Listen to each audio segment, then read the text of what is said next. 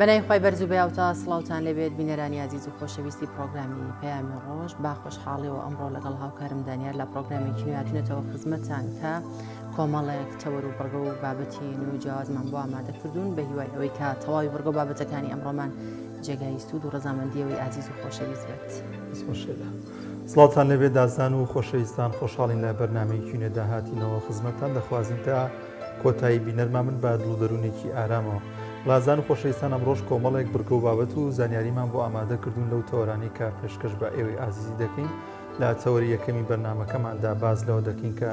چۆن ئاینی پیرۆزی ئیسلام لەگەڵ گۆڕانکاریەکان و لەگەڵ تازەگەری و ئەو پێشکەوتنی کە لە ئێستادا هەیە بگونجێت وەروها باز لەوە دەکەین کە لە ئێستادا تا چەند کاریگەری تەکنۆلۆژیا و پێشکەوتنەکان دەبێت لەسەر کاری بانخوازی کە تەواوی جیهان ئاینی پیرۆزی ئیسلام بگاتەوە شوێنان و کاری بانخوازی تێدا ئەنجام بدرێت. لا چەوری دومی بەرنامەکەماندا باز لە کاریگەری خراپەکانی سۆشیال میدیا لەسەر منداڵ دەکەین بزانین ئەو کاریگەری خراپانە چین لەسەر منداڵ ئایا چی بکرێت بۆی کە ڕێگر بینەوەی کە منداڵەکانمان ئالوودەی سۆشیال میدیا و تۆڕە کۆمەڵایەتیەکان نەبن وەروها باز لەوە دەکەین چارەسەرەکان چین و ناکرێت دایکان و باوکان هەمیشە بەردەوام ئاسانکاری بکەن بۆی کە منداڵەکانیان بچنەوە ئەو بابەتانەوە چونکە کۆمەڵێک زیانی دەبێت کە دواتر لە بەرنامەکەماندا باسی دەکەین. بەڵە بەرزان لەگەڵم تەوەر سەرەکیانشدا کۆمەڵێک بڕگە و بابەتی دیکەمان دەبێت وەک هەمیشەش سەرەتا دەچینە لای بڕگەی کەشوهەوە فەرموون باپێکەوە بینەر بین.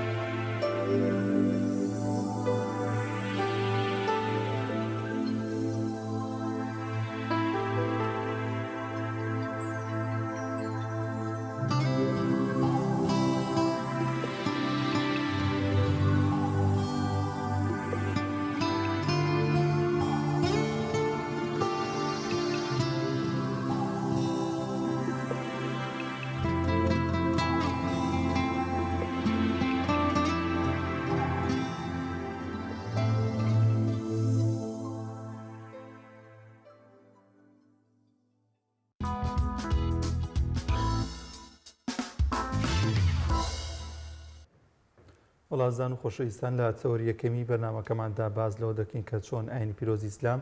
لەگەڵ تازەگەری و لەگەڵ گۆڕانکاریەکاندا خۆی بگونجێنێت ئایا ئاینی پیرۆزی ئیسلام لەگەڵ هەموو سەردەم و کاتێکدا دەگونجێت گفتوگۆ دەکەین لەو بارەی لەگەڵ میوانەکەمان بەڕێز مامۆستا عەبدوڵڵا سەید عوبەید مامۆستا زۆر بەخێر بیت. سپاس دەکەم خۆش بیاخەستانامد من دەست خۆشتان لێ یەکەم بۆ بەرنامەکەتان موفق من یەخوا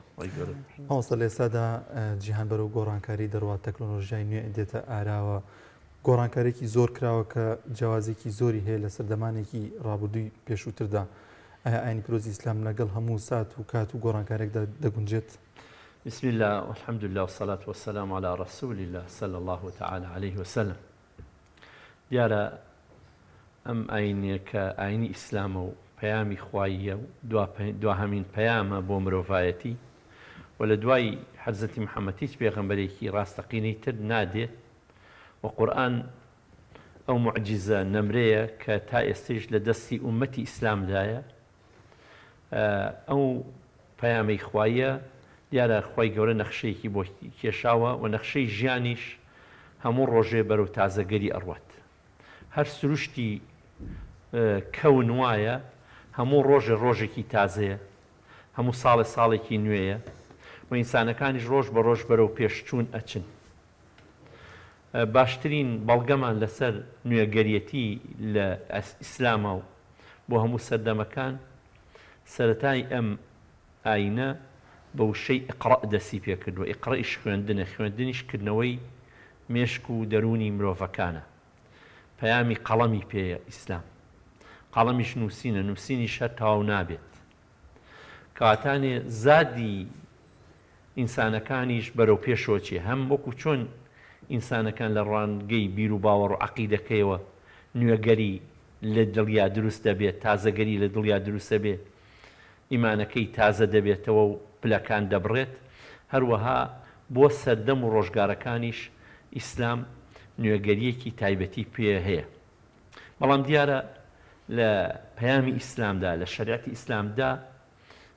دوو حاڵەتمان هەیە حاڵەتێکمان هەیە بەعزە مەسائیلێکمان هەیە پێڵێن ثەوابت یعنی نەگۆڕەکان ئەو شتانەی کە لە بواری عەقیدەیە لە بواری عیبادەتە لە بواری سنوورەکانی حەڵاڵ و حرامە ئەلیەومە ئەکمەلت لەکم دینەکم دین تەواو بووە و کەسێک بۆی نییە پیتێکی لێ زیاکە یا لێ کەم کات بەڵام گونجاندنی مامەڵەی ڕۆژانەی ئینسان لەگەڵ عیبادەتەکان بەرەو پێشچنی چوونی ژیانی ڕۆژگاری ئینسانەکان بەرەو پێشۆچێ ئەمەیان جیاوازە ئەم بەشیان دراوەتە دەست ئینسانەکان دەست مرۆڤەکان کە نوێگەری بکە لە ژیانیە و ڕازی نەبێ بە یەک شێواز لە ژیانیە کەواتە مامۆستا ئاینی ئیسلام 1400 ساڵ زیاتر ئەوەندەیە کە هاتووە چی تێدایە بۆ ئەم دنیای پێشکەوتن و عەولەمێ لە فەرمودەیەکی پێغەمبەر هەیە صلی الله عليه وسلم کە پێغەمبەری خوا صلی الله علیه وسلم تا ئەمشەو سەیرێ و تا حەدیثەم کرد کە حەدیثەکە ئەلبانیش ڕوایەتی کردووە و ئەبو داود ڕوایەت کردووە فەرمێ إن الله يبعث لهذه الأمة على رأس كل 100 من يجدد لها دينها خی گەورە لەسەر هەموو سەردەمێک لە قەڕنێک سەدەیەکە کەسێک دەنێرێت حتا پێشەوایکیان بۆ دێت کە تا نوێگەری بکە لە دینەکەیانە نوێگەریکردن منوجەدید و لە هادینە تازەگەری کا لە دینە تازەگەری و نوێگەریکردنی ئیسلام یعنی لە شێوازی ئەداکردنەکەی بۆ گوێرەی سەردەمی خۆی ڕۆژگارێ بووە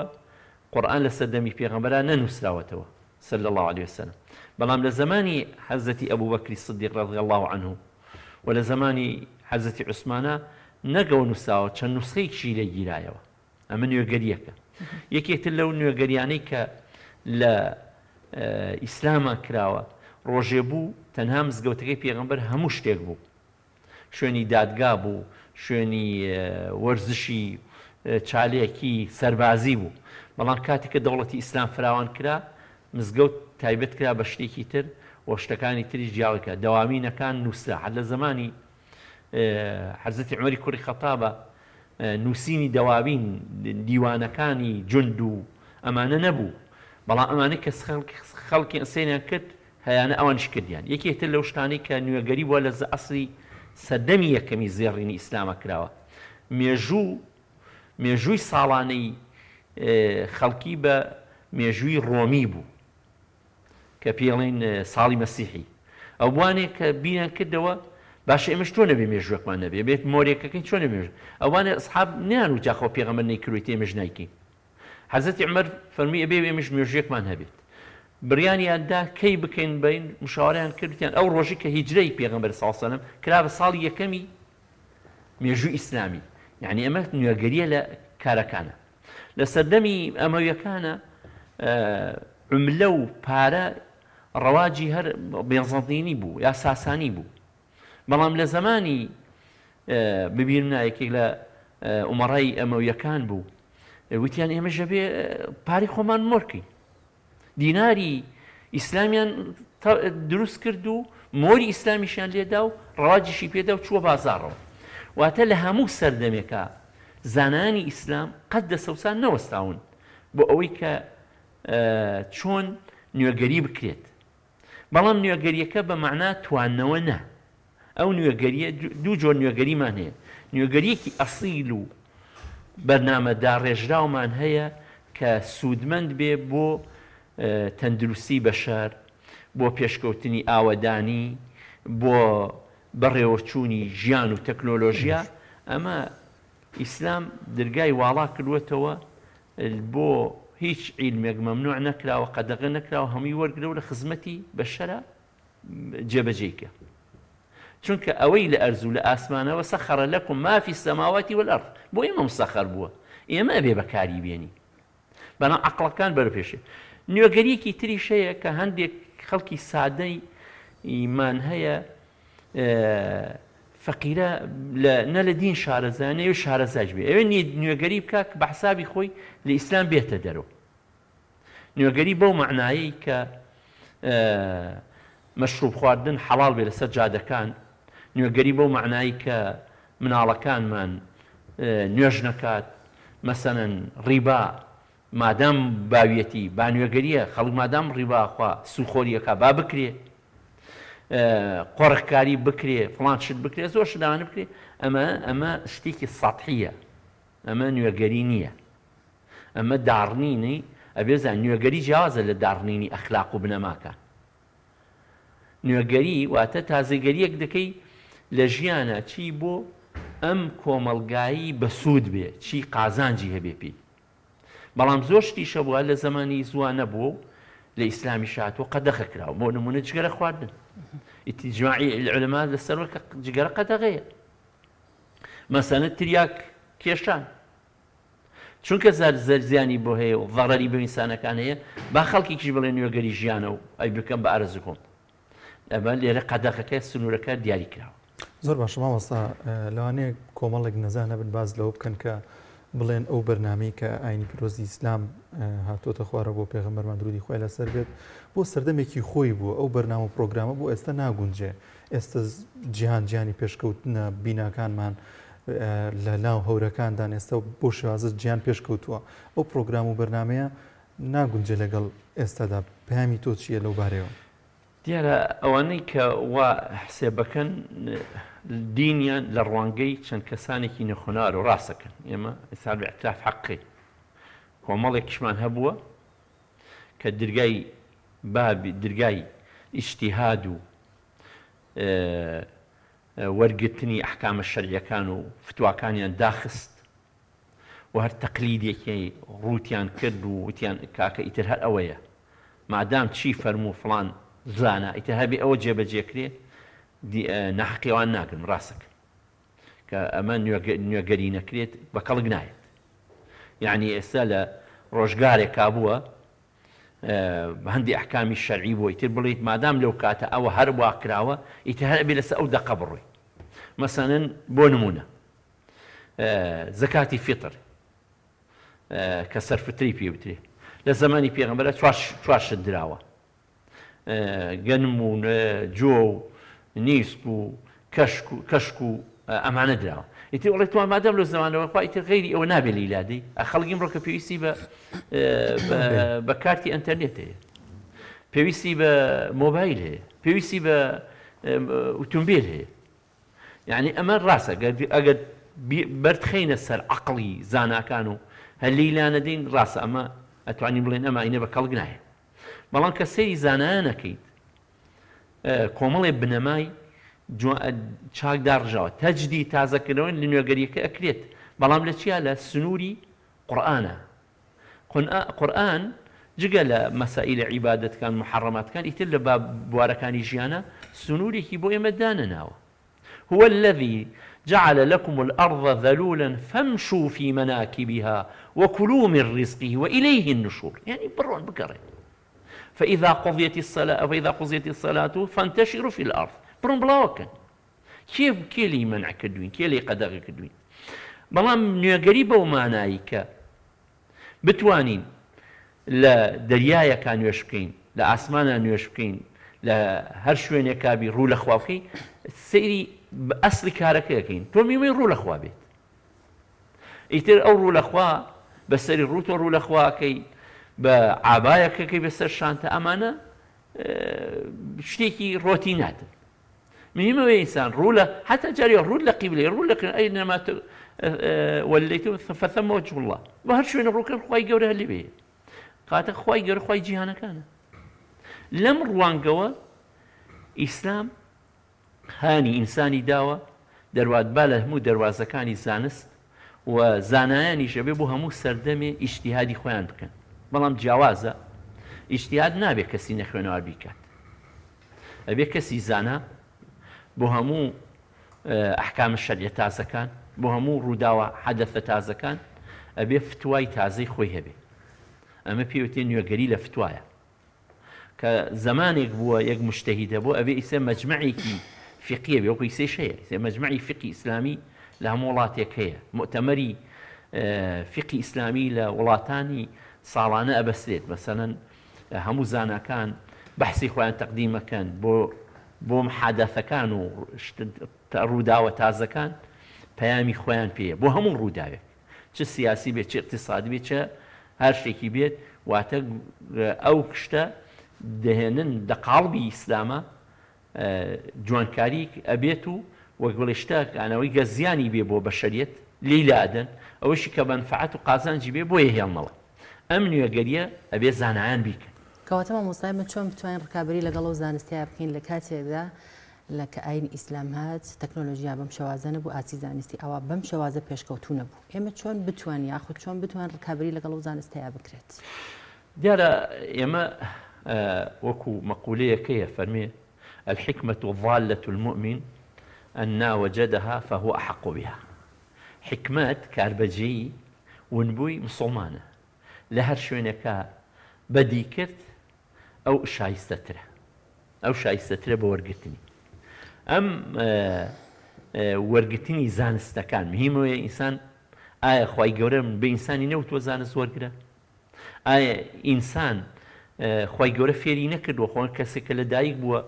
هیچی نەزانیوە و دەود وە فێر بووە. ئەم کەسەی کە تەکنۆلۆژیای ئەمڕۆکە و سەردەمی ئەمڕۆ بەرەو پێشۆ چووە عیلمێکە، عیلم چییە؟ ئەکار بێت بێ لە ڕوانگەیەکی زانستۆسەیەکی عیلم کەشفکردنی شتێکی نادیار بۆ لەوە پێش وجودی بوونی کەهڕەبا بووە لە سروشتا، بەڵام توانیوانە زانایان تەفعیلی بکەن، یا نەخۆشیەک دەبێت و چارەسەری یا لە پێشکەوتنی ژیان و بەکارهێنانی پترۆڵ و کەهڕەبا و تاقەی خۆر و ئەم شتانە هەموو کە بنامەکانی پێشکەوتنی ژیانی ئینسان و مرۆڤایەتیە،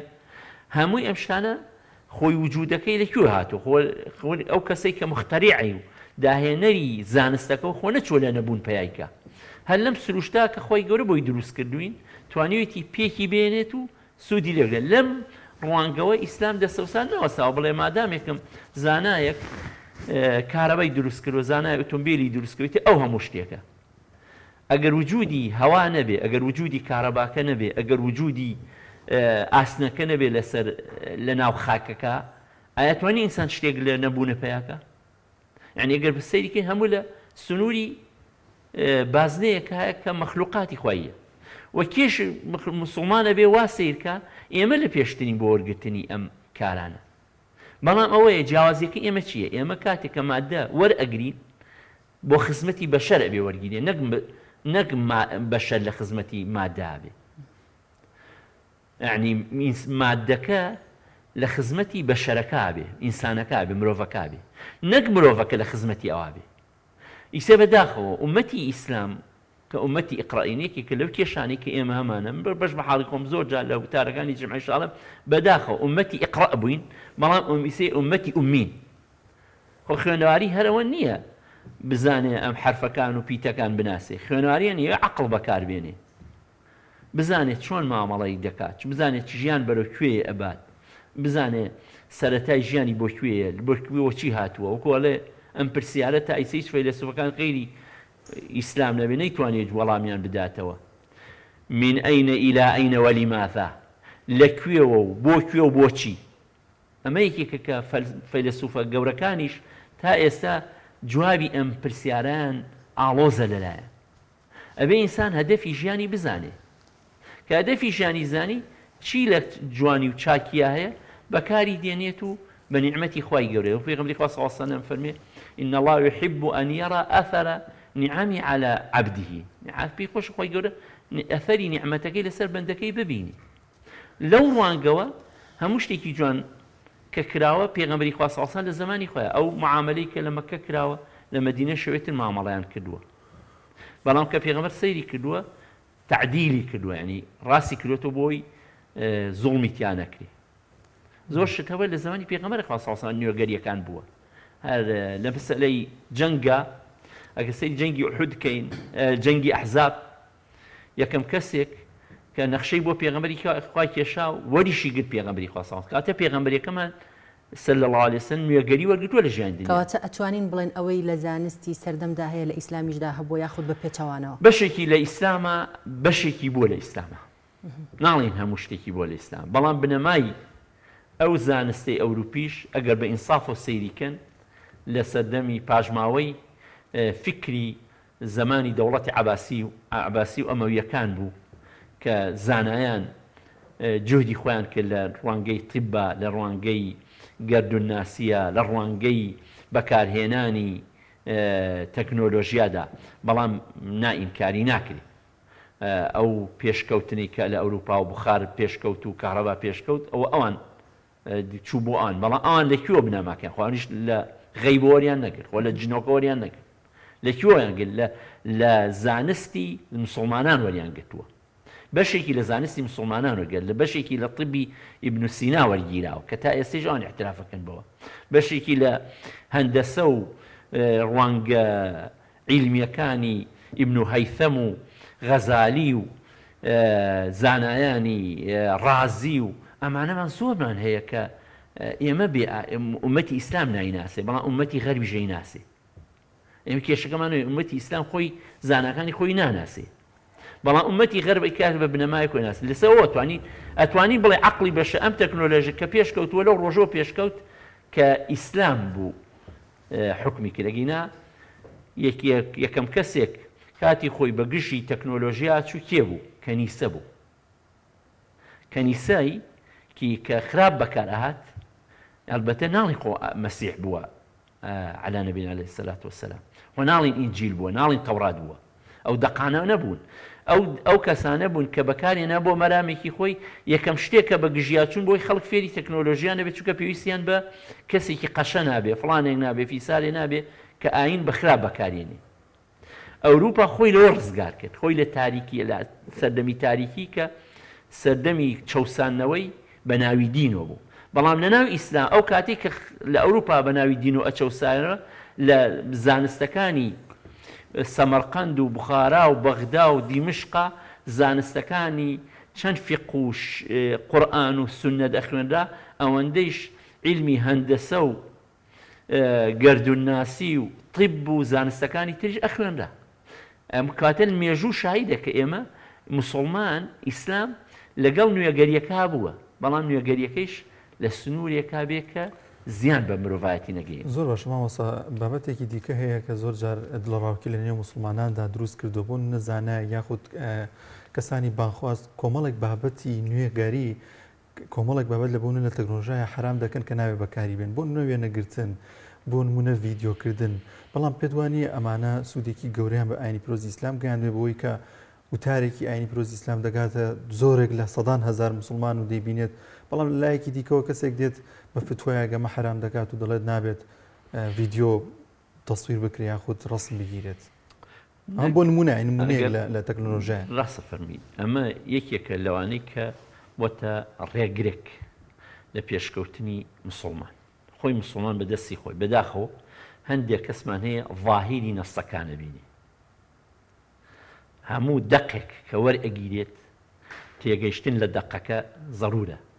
لە زمانی خۆشیە لە زمانی ئەسحابی پێغەمبەر تابعینە هەموو کەسێک نەیتوانی و ئیجتیهاد بکات ئەمڕۆ کە بەداخەوە نەسەکان دراوەتە دەست کۆمەڵێک کە خوێنەوارێکی سادەیان هەیە بە حسابی خۆیان و هەموو شتێک لە قەدەغەکەن لە گەنج بەڵام لە هەمان کاتیشا خۆشی کات زۆر نێگەی بۆ نمونە جابۆچی ئەگەر هەبۆ وێنەگرتنی بۆ ناڵی مۆسیقا یەکێکە لەو شتانەی کە پێشکەوتنی سەردەمەکە بەشێکە پەیوەندی بە ڕۆحەوە هەیە بە هەموو بنەمایەک کۆمەڵێکمان هەیە بۆ چوونی زانای کاتی خۆ شتێکی وتبێ لە سەردەمێکە ئەوەی کردووە بە نەسێک وەری گرتووە ئیتر ئەوێت دایشی بەزێنێت زۆر بەسائیلمان هەیە کە بە حساب بەناو ئەگەڕێنەوە بۆ سەردەمی سەلەفی ساڵح بەڵام گەڕانەوە نییە ئەمە سەلەفی ساڵح ڕازگۆیی دەستپاکی بە ئەمەکی خوێنەواری بواری ئیسی سەلەفی ساڵح بووە بەڵام من بێڵی لە جلوبەرگا ڕۆژێ بووە خەڵکی ئەگەر عەمامەیەکی بەسەر نەبوایە لەوانەیە شایدیان لێ قبوڵ نەکردووە. دەیزانیانە فەرمونە ئەمە لە کاتێکایە کە عورف وا بێ، ئەگە عورف وا بوو کە خەڵک سەری ڕوود بوو با سەری ڕوود بێ پیاوان. بەڵام یا لە سەردەمێکە وێنەگرتنی هەیکەلێک بووە، هەیکەلەکە لە بەخاتی پەرستنێک بووە. بەڵام ئێستا هەیکەلێکی دروست کرد لە دەرە و تەیرێکیش جیق نەکا بەسەریا خۆ ئیهانە کراوەکەیەوە بۆ پەرستنە. ئەگەر ئێستش تەعزیمەکەی تیا بێ هەروایە. ئەم کەسانی کە لەم جۆرە دەقانە ورد نەبنەوە زانانی ئاخر بێڵینە بێ هەموو کەسێک لەمە کاتێ بگەڕین بۆ ڕەئی زانایان. خۆ ئەمە بە قسەی کەسێک نابێت اختصاسەکەی طیبە ئەچێ فتوادا لە مەسائلی شەریعە. ئێمە یەکێکە لەو کێشانەمان ئێمە نابێت هەموو شتێ بزانین، ئەبێ هەر شتە کەسی خۆی پسپۆڕی خۆی بزانێت، کەسی خۆی لێی کۆڵێتەوە. یا ئەگەر وا بمە کارەکانمان هەرێکە دادەستخۆی کارەکە بەرەو پێشەوە چێت. بەڵام ئەگەر یەکێکمان دوو حەدیث و سێ چوار حەدیثی لەبەر کرد و هێنای وتی ئەمە حرامە ئەو نابێ ئەو ببێ ئەو واکە واوکە، ئەمە تەشەدودە، ئەمە چیەکە ڕوو لە تەشەدودەکە. ولن يشاد الدين أحد إلا غلبه پێغەمبەر فەرمووی هیچ کەسێک تەشەدودی کرد لە دینە ئەو ئەپسێ دین ساڵەکەوێ بەسەریە هیچی بۆ ناکرێت. ئەو نەوعە تونڕەویە چ لە بواری حکما بێ، چ لە بواری بەکارهێنانی تەکنۆلۆژیەکانە بێ، چ لە هەر لە بوارەکانە ببێت بە ئارەزووی خۆی بیە بەکاری بێنێت و دەقێکی بینیوە و بەبێ بزانێ مانای دەقەکە چییە، بەبێ بزانێ ئەم دەقە مطلقی کامەیە مقەیەدی کامەیە. ئەوە بابەتەکانی زانانی ئوسوڵی فقه کە لێی دەخۆڵنەوە، ئوسوڵی قانون لێی دەخۆڵنەوە بەبێوە دەقەکە هەمووی کەسێک کافرکە و کەسێ فاسقکە و کەسێ بنێرێ بۆ باش و کەسێ بێ بۆ جەهەنم. ئەمە گەڕێنەوە بۆ ئەو کولتورەی کەنیسە کە زەمانی خۆی بوو بەهشت و جەهەنمیانە ئەکڕوە فرۆشت. ئێمە ناڵێ ئەوە لە دوورە لە پەیامی ئیسلام، ئەمە دوورکاریە لە پەیامی ئیسلام. بەڵام نوێکاریەک لە بەکارهێنانی ماڵە، لە بەکارهێنانی شتە جوانەکانە، لە بەکارهێنانی ژینگەی جوانە بەکاربێن. لە لایەکی تریشەوە ئەوە نەبێ بەشەریەتی ئەمڕۆ لە سای تەکنۆلۆژیا هەموو بەهشتێکی بۆ هات بێتە دی. لەو ڕۆژەش و تەکنۆلۆژیاش بەرەو پێشچووە چونکە خراپ بەکار هاتووە. حتا نەک زانانی ئیسلام، زانینی ئەوروپاش کە تەکنۆلۆژیاکە خراپ بەکاریان ژینیان خواردووە. چەنە ساڵات چەنەها کۆنگرە ئەبەستێ لەسەر ژینگە هاواریانە بەس بەکاربێنن، بەس ژینگە پیسکەن، بەس ئاو هەوا تێک بدەن. کات ئەمە لەم ڕوانگەوە خۆهەنەک لە ناو موسڵمانە لە ناو جیهانی عەلمانی ئەوروپیشە هاواری زانایان هەیە ئەگەر بگوێن کرد. وەکو چۆن ئێمە گەنجەکان جاری وایە بگوێن ناکات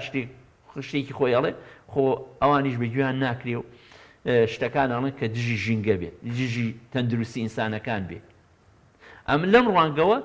هەموو لە ئەبێ لەوەی ئیتیفاقین لەوە تێبگەین. میمۆیە من لە ئیسلام لەوە تێگەیشتنەوەی ئیسلامە ڕێگریم پێشکەوتنم لێ ناکە لە سنوورێکە کە قازانجی بۆ خۆم بێ. کەواتە مامۆستا زۆر جار ئیسلام و مسلمانان بە دواکەوت و ناو دەبرێن. هۆکاری ئەمە بۆچی؟ لەبەرەوەی نەخوێنەواری. نەخوێنەواری ئومەتی ئیسلامی ئومەتێکی نەخوێنەوارە، حەق بڵێ، ئومەتێکی دەمارگیرە، متعەسیبن. من کە شتی بەرامبەرەکەم قوبوڵ ناکەم. ئێمە کەسی لەبەرەوەی خوێندەواری ڕاستەقینە لە ناو ئومەتی ئیسلامیان نیە، ئومەتی ئیقڕا نیە، وەکو ئومەت تاکجیا هەیە. لە هەستانی بەرنامەکە ماوەسەبیرم لەوە کردو چەند خۆشە بوو مسلمانێک ئەم هەموو تەکنۆلۆژیا نوێگەریانەی دروست بکردایە پێمان خۆشە بوو شانازیمان پێوەکە کەس لە ئیسلامەوە مەسەر چاوی بتووە. بە ئینسافیشمان بێ زانانی ئیسلام لەما قسووریان نەکردووە. بەڵام چونکە مسلمانە دەنگی کەمە، ئینا زانانی میسر، پاکستان، هیندستان لە هەر شوێنێ بێ، مالیزی، وڵاتی ئیسلاممان زۆرە، تەکنۆلۆژیاش بەکارێنێ و مسلمانیشە و بەکاریشی هێناوە و ئیختیراعاتیشی هەیە، داهێنەریشی چاکیشی هەیە. بەڵام وەگەڵێ چونکە لە ساحەکە ئیسلام ناوی نییە، ناوی ئەوە هێناڵێ تاکو ئیسلام باوی بوو، ناوی بوو، دراوی بوو. هەموو شتێکی ئەو بوو بەڵام ئەمەش یەکێکە لەو ستەمانەی کە لە زانستی ئیسلام بەڵام ئومەتی ئیسلامی ئەو ڕەخنەی زاتیە لە خۆمان بگری دوو ڕەخنەمان هەیە یەکێک ڕەخنەمان زۆر دوانی سەرەکیمان هەیە یەکەم ئومەتێکی نەخوێنەواری چ ماڵێکمان کتێبخانەی تایە بڕۆ بۆ نەخوێنواریکە بۆ بزانە لە 100 ماڵە بگەڕێ ماڵێک نابینی لە ژووری میوانەکەی کتێبخانەیەکی بێ ئەمە وەکو بڕۆ ئیحسایەک بکە ئەمە یەکێکی تر لە دواکەوتنیان ئێمە بە شوێن زانستان ناگەڕێت ئەوەشمان کە خوێنەواری هەموو شتێک گەزانین ئەمە نەفزلی خۆ بە زلزانین کە پیشەیەکی زۆر قێزەونە لە ئیسلامە ئەو نەفزلێمان ئەو ڕۆح زلێمان تایە دایسان نەخوێناریش بوو ڕۆحیشی زل بوو ئەو کاتە بەرەو پێشۆ ناچێت زۆر باشە زۆر سپاس بۆ مامۆستا عەبدوڵڵا سەید عومەر زانایانی سپاس کە ئەم دەرفەتت بێ سپاس بۆ ئێوەیش کە ئەم دەرفەتتان بوو خۆی گەورە قبوڵی کایەخوا و سەرکەوتنی ئینشاڵڵا بتوانێت بێتمان تیشکێکمان قسە بێتە سەر ئەم بەرنامە دەزای دەناویشتان باتەوە سەرکەوتنی ئینشاڵڵا سپاسان وەڵە بینەرانی عزیز و خۆشەویست دەچینە لای ناوبڕێکی کورت و دواتر دەگەڕێنەوە وڵاتان و لەگەڵتان بەردەوام دەبین. بەڵێ بەڕێزان دەچینە بڕگەی پەیامێران بۆ بتنی هەواڵ و زانیاری و چالاکی سەرجەم شار و شارۆچەکان سەرتاش دەچینە لای پەیامنێرمان ڕێناز ئەرسەلان لە ڕانیەوە لەگەڵمان دەبێت. ڕێناز سڵاو دلێ بێ ئەم کاتت باش زانیاری ئەمڕۆی قەزای ڕانیە چیە فەرموو بۆمان بگوازیتەوە. بەڵێ سڵای خۆتان لێ بێت دیارە هاوشێوی ڕۆژانی ڕابردوو دیارە زیاتر لە هەفتەیەکە مامۆستانی وانەبێژ لە گربوونەوە و بایکۆتکردنی هۆڵەکانی خوێندن بەردەوامی هەیە دیارە ئەم ڕۆژ بە هەمان شێوە هاوشێوی ڕۆژانی ڕابردوو ئەوەی دەبینن مامۆستایان وانەبێژن بایکۆتی هۆڵەکانی خوێندنیان کردووە و لێرەدا گربوونەتەوە دیارە من دەمەوێت چەند مامۆستایشی وانەبێژ وەربگرم کە لێرە ئامادەن بەڕێستان ئەگە بتوان قسەم بۆ ئێوە هەتاوەکو وەڵامیشی ئەرێنی نەدراونەوە بۆیە کوێستا لە بایکۆتکردن بەردەوامن بەڵێ تا ئێستا وەڵامەکانی کە پارە بە شێوەی مەقتوع سەرف دەکرێت بێژان هیچ کاتێک بە مەقتوع ڕازی نەبین چونکە ئەو درێ هەروەکو وانەبێژ دەمێنینەوە ماستای شوانەبێژ تر وەربگرم کە لێرە ئامادەن دەمەوێت ئەو بەڕێزە قسەم بۆ بکە ئەگەردا دەگەت تۆ قسەم بۆ بکەی مۆستا تاوەکو ئێستا لایانی پەیوەندیداریانەوە تا داوەتەوە سەرەتا بە خێراتنتانەکەین بەخێر بن سەر چاومان وڵی تا ئێستا حکوومەت هیچ وەڵامێکی وای بە ئێمە نەداوەتەوە کە مقنعمان بکات بەڕاستی چونکە ئێمە بەس ئەوە نەمان بەرگوێکەوتەوە کە پارێکی مەقتوعمان بۆ دیاری کراوە هیچ بەوەش ڕاستی نابین لەبەرەوە ئێمە بەڕاستی پارەکەمان ئەوە لاگرنگ نیە ئەوەی مافەکانی خۆمانمان لاگرنگە هیچ مافێکی ئێمە لەو پارە مەقتوعە دەستەبەر نەکراوە ئێمە تاوەڕێ ئەوەی کە هیچ لەبێبمان کەم بگرێ بەس بۆی کە مافەکانمان زامن بکرێن و بەدەر لەوەش بە هیچ شتێکی تر ڕاستی نابین و هیچ وەڵامێکی واشە نەداین تۆ تا ئێستا ڕازی نین بەوە دەستخۆش بەڵێ ئەوەی دەبینن بەردەوامی کردبوونەوەکانی وانەبێژە دیار لە وڵەکانی خوێندنیا بایکۆت کردووە من دەمەوێت چەند مامۆستای شوانەبێژتر وەربگرم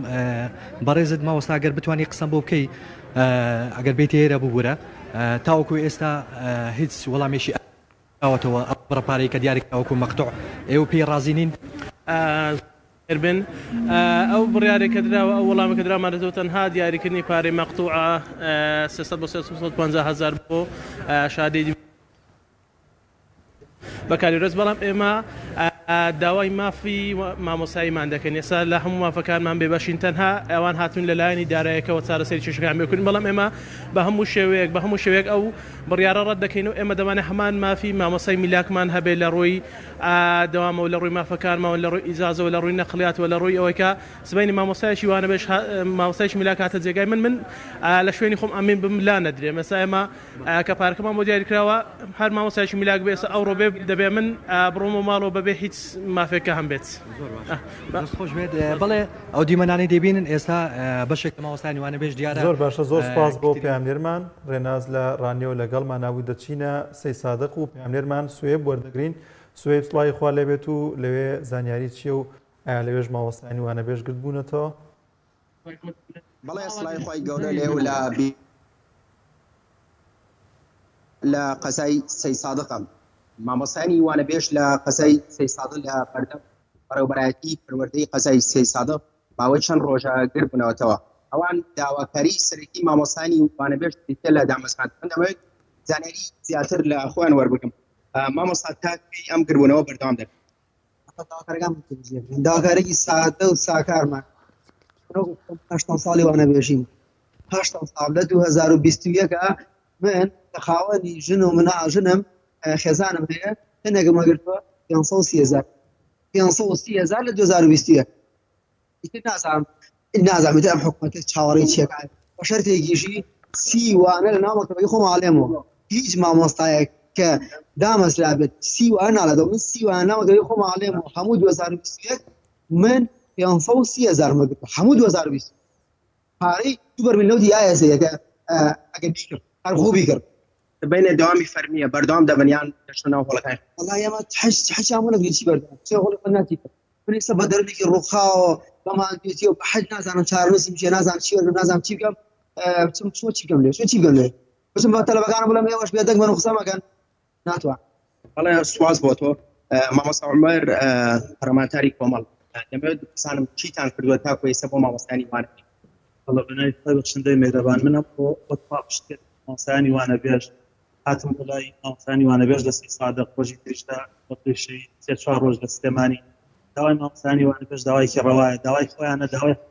کە کە بێکارە لە کوردستانە بە تایبەت دەچوانی زانکۆی مانگاکەمات خۆیانە هەلێکی کاریان دەستکەوێت لە کاتی گشتی یا لە کاتی تایبەت دەستگەلەوەی داواکاری خۆیانە داواکاری پەروەردەشە لە پەروەردە پێویستی بە مامۆستای وانەبێژ نەبێت کلێنی نەبێت ڕاغ و شاغیری نەبێت لە سیستمی پەروەردەیە قوتابخانەکان مامۆستای پێویستیان هەبێ مامۆستای وانەبێژ دانانێت بۆیە لە بنەمایە پڕکردنەوەی پێداویستی پەروەردە و قوتابخانەکانە بۆی ئێمە بە تەواوەتی پشتگیریان بکەین بۆ ئەوەی چی ئەەکەین ئێمە هەوڵماندا و فشارمان کردووە بۆی دەستی سەرۆکاتی پەرلەمان بۆنەوەکانی خۆی دەست پێ بکاتەوە بە ژمارەی 42 ئەندام پەرلەمان یاداشتێکمان پێشکەش بە دەستی سەرۆکاتی کردووە بۆی لە کۆبوونەوەیەکی تایبەت گفتوگۆی کێشەکانیان بکەین بە ئامادەبوونی وەزیرانی پەیوەندیداری دارایی و پەروەردە. من کە ئەندامی لیژنەی داراییم بە چاودێریکردنم هاتیارەی کوردستان ئەزانم ئێستا هەرێمی کوردستان ئەتوانێت ئەم مامۆستا بەڕێزانە دامەزرێنێ لانی کەمی دامەزران دیگرێ بەستەوە کەنا دامەزرانی هەمیشەی مافی خۆیانە.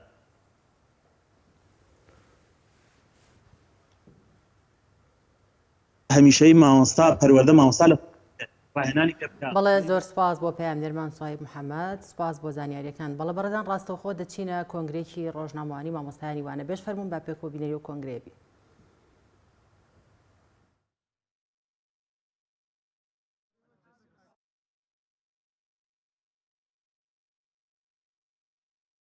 گەورە و میهرەبان سڵاو لە پەروەردە و زانست بۆ بەڕێزان سەرۆکی ئەنجومەنی وەزیران بەڕێز کاک مەسرور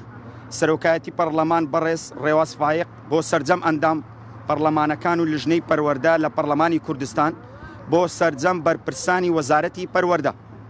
بۆ سەرجەم کەناڵەکانی ڕاگەیاندن بیندرا و بیسترا و نووسراو ئێمە مامۆستایانی وانەبێژ کە مافخوراوترین چینین لە هەرێمی کوردستان چونکە هەموو ماف و امتیازاتێک بێبەشین لەگەڵ ئەوەشدا بۆشایەکی گەورەمان لە وەزارەتی پەروەردە پڕ کردوتەوە بەهۆی مامۆستایانی وانەبێژەوە پرۆسەی پەروەردە لە هەرێمی کوردستان ساڵانە پێش دەکەوێت بەڵام جێگای داخە لە ڕابردوو تاوەکو ئێستا هیچ کام لە داواکاریەکانمان جێبەجێ نەکرای کە داواکاریەکەش تەنها و تەنها دامەزراندنی مامۆستایانی وانەبێژە نەک بڕەپارەیەکی مەقتوع. نوێنەرانی دەستەی مامۆستایانی وانەبێژ 23/10/2021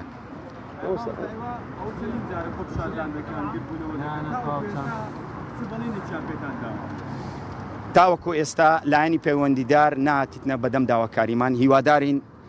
بەڕێز کاک مەسرور بێتە سەرهێڵ بۆ داواکاری مامۆستایانی وانەبێژ. ئێمە ڕۆڵەی ئەو وڵاتین ئێمە پەروەردەکارین ئێمە هاتوینە ئێرە خۆپشاندانێکی هێمنانە بۆ داواکردنی مافی ڕەوای خۆمان و هەروەها من داواکاریەکەم لە هێزەکانی ئەمنی و پۆلیس و ئاسایش لەگە ئێمە هاوکار بن چونکە ئێمە مامۆستاین هاتین تەنها داوای دامەزراندن دەکەین تەنها داوای دامەزراندن دەکەین پارەی مەقتوع ئێمە ڕەت ئەکەینەوە چونکە مامۆستامان هەیە زیاتر لە 14 ساڵە مامۆستای وانەبێژە 10 ساڵ مامۆستای وانەبێژە 7 ساڵە 8 ساڵە تاکە ئێمە مامۆستای وانەبێژ بین ئێمە لە ناو وەزارەتی پەروەردە ئەرکمان لەسرە بەڵام مافمان پێ نادرێ هیوادارین وەزارەتی پەروەردە یەک چین بهێڵێ لە ناو وەزارەتەکەی خۆیدا ئەویش سپاس بۆ پامێرمان ئیدریس محەممەد لە هەولێرەوە ئەو کۆنفراسی بۆ گواستینەوە بەڵازان و خۆشەویستان دەچینە لای ڤیتیە کە بارانی ڕەحمەت کۆمەڵێک گروپێکی گەنجانن لەوێ فستیڤالێکیان ڕێخستۆ لە شاری ڕانیە پێکەوە بینەری ئەو ڤیتیە دەبین.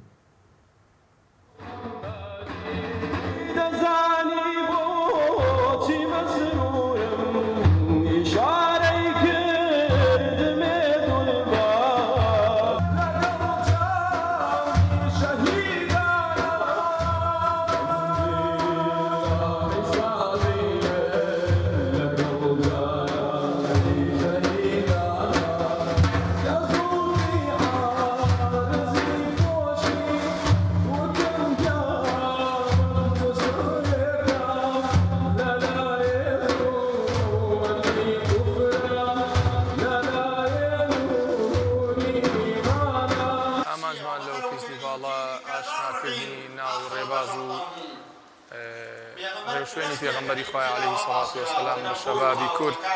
بە گەنج و لاوی کورد بە موسڵمانی کورد بۆیە ئێمە ساڵانەوەکو ڕێکخراوی ژیانەوە لە شاری ڕانیە هەستاوی هەڵدەستین بەم فستیڤاڵە ناوەزانە لەگەڵ گروپی بێخود کە سوپاسی ئەوانی دەکەین کە بەردەوام بەدەممانەوە هاتوون چەند بەشێک ئەم فستیڤاڵە پێک دێهێنن کە وتار و مەحازەرە و قەسیدە و پەخشان و شعر کە ئومێدەوارین جێگا ڕەزەمەندی خوای پەروەردگار و جێی دڵخۆشی میوانەکانمان بێت.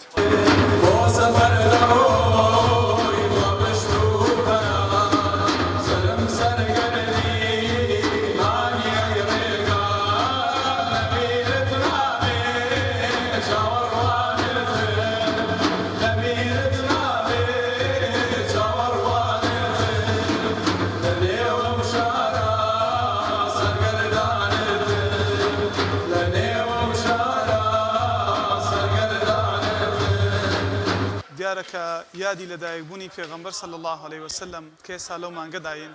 بریتیە لە لەدایکبوونی گەورەترین کەسایەتی مێژوو کە کاریگەری و ڕەوتی بەسەر تەواوی شارستانێتەکانی دوای خۆی و بەسەر تەواوی مێژووەوە هەیە. بۆیە ئەو ڕۆکە گرنگە ئێمەش لە خزمەتی ئەو زاتەدا بین بە هەموو جۆرێک ڕەوشتەکانی لە ناو گەنجاندا زیندوو بکەینەوە. ئەگەر ئەو ڕۆ کۆمەڵێک ڕێکخراو هەبن، کۆمەڵە خەڵکانێک هەبن، کۆمەڵێک ڕەوت هەبن کە بیان هەوێ بەها ڕەوشتەکان لە لای گەنجان کاڵکەنەوە، گرنگی ڕەوشت نێڵن لای گەنجان، بەڵێ بە خۆشحاڵیەوە خەڵکانێکیش هەن کە ڕەوشتی پێغەمبەری ڕەوشتی محەممەدی دێنەوە نێو گەنجان. بۆنەی هاتنەوەی مانگی مەولود و یادی لەدایکبوونی پێغەمبەر صلی الله علیه وسلم زۆر سوپاسی گروپی ژیانەوە دەکەین بۆ ڕێخستنی ئەم فستیڤاڵە و زۆر بەخێراتنی گروپی بێخود دەکەین. بەڕاستی ئەمڕۆ دڵیان ئاوداین دەستیان خۆش بێ لەشیان ساغ بێ. بەڕاستی لە ڕۆژگای ئەمڕۆدا زۆربەی ڕێکخراوەکان هەوڵی بەلا ڕێبردنی گەنجان دەدەن، بەڵام پێچەوانەوە چەند ڕێکخراوێکی هاوشێوەی ژیانەوەش هەوڵی ڕاستەڕێکردنی گەنجان دەدەن. سوپاسیان دەکەین، دەستخۆشیان لێ دەکەین.